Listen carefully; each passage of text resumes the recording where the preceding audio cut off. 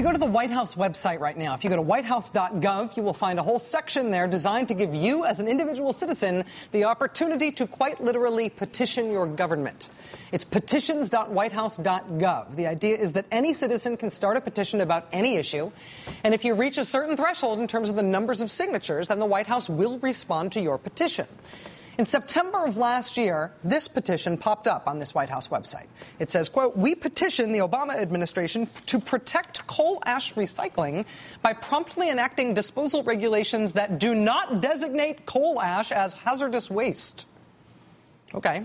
If you've even heard of coal ash before, it's probably because you remember these pictures. This was the devastating result of an epic coal ash spill that took place in eastern Tennessee back in 2008. More than 1 billion gallons of sludge buried entire neighborhoods after a coal ash retaining pond there gave way. It was the largest environmental disaster of its kind in U.S. history. Sometime in the wake of that, the EPA proposed a rule to classify coal ash as hazardous waste. It contains stuff like lead and arsenic and mercury. So, yeah. But now this petition has popped up on the White House website that says, no. Don't classify coal ash as hazardous waste. That petition racked up more than 5,000 signatures in 30 days. 5,000 signatures in support of coal ash. And by meeting that threshold, it earned an official response from the White House. It got a response from somebody in the EPA's Office of Solid Waste and Emergency Response. So if you're sitting in the White House or at the EPA, maybe you're thinking, wow, look at all that grassroots, regular folks, man-on-the-street support for coal ash out there. Maybe we ought to rethink this policy. In the unlikely event that you are sitting in the White House thinking that, you have massively underestimated the coal industry. Because as it turns out, page after page of that petition looks something like this. Notice anything weird about that? Hundreds of signatures written in Chinese characters, many of which list Aurora, Colorado as their hometown. Now, are there hundreds of Chinese-speaking residents living in Aurora, Colorado who are supporters of the coal ash industry? Perhaps. But if there are, they are Chinese people living in Aurora, Colorado, who apparently have names like Steamed Bun and Most Handsome Guy and China Donkey. A nonpartisan group called the Environmental Integrity Project spotted all of these suspicious signatures. They hired a Mandarin-speaking translator, and they discovered that lots of these purported coal ash supporters had names like Steamed Bun Older Sister, Steamed Bun Little Sister, Small Steamed Bun, Big Steamed Bun, Come to China Big, Come to China Cat, Come to China China, and Come to China Donkey. And maybe there is somebody named Come to China Donkey from Aurora, Colorado, who just happens to be a vigorous supporter of the coal ash industry. But maybe not. It should be noted here that until very recently, the American Coal Ash Association, the lobbying group for coal ash, was headquartered in Aurora, Colorado, which is where all these people named after specific sizes of Chinese buns claim to live. It is an executive at the coal ash lobbying group who runs this supposedly grassroots concerned citizens group that put up the petition on the White House website. After Think Progress reported on this fishy steamed bun petition last week and Mother Jones reported on it today, we reached out to the American Coal Ash Association official to ask what's going on here with his group in this petition.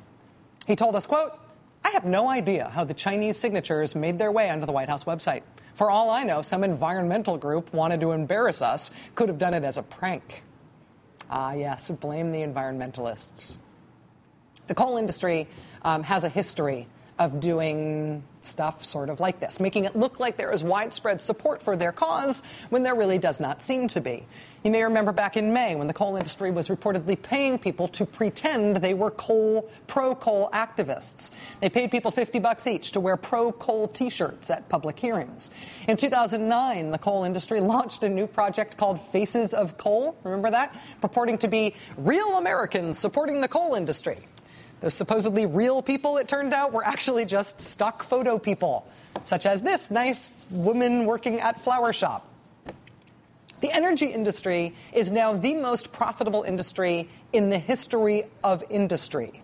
They have unimaginable resources at their disposal. And one of the things they do with their resources is that they have a long history of faking grassroots support, of making it seem like there's more support for their policies than there actually is. They have gone to great lengths, not just to influence American policymaking, but to cover up the extent and the means by which they are influencing American policymaking.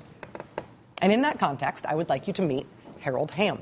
Harold Hamm is the 36th richest man in America. He is an oil billionaire from Oklahoma. And just a month after Harold Hamm donated nearly $1 million to the pro-Mitt Romney super PAC for this election, Harold Hamm was named Mitt Romney's top energy advisor. He is chairman of the Mitt Romney campaign's Energy Policy Advisory Group. Mr. Hamm advocates that the oil and gas industry should keep getting billions of dollars in taxpayer subsidies. While he's also obviously against subsidies going to non-oil and gas energy companies. It is good to know that somebody like that is the top energy advisor to Mitt Romney.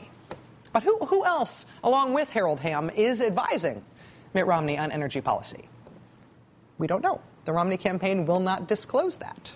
We asked the Romney campaign today who else is on Mr. Romney's Energy Policy Advisory Group, and they told us that they are not releasing those names yet. They said they will sure to keep us posted when they do. Unlike every single presidential nominee of either party over the last decade, Mr. Romney is also refusing to disclose the names of his campaign bundlers, the people who collect millions of dollars each on his behalf across the country. Everybody else has disclosed their bundlers. Mr. Romney will not.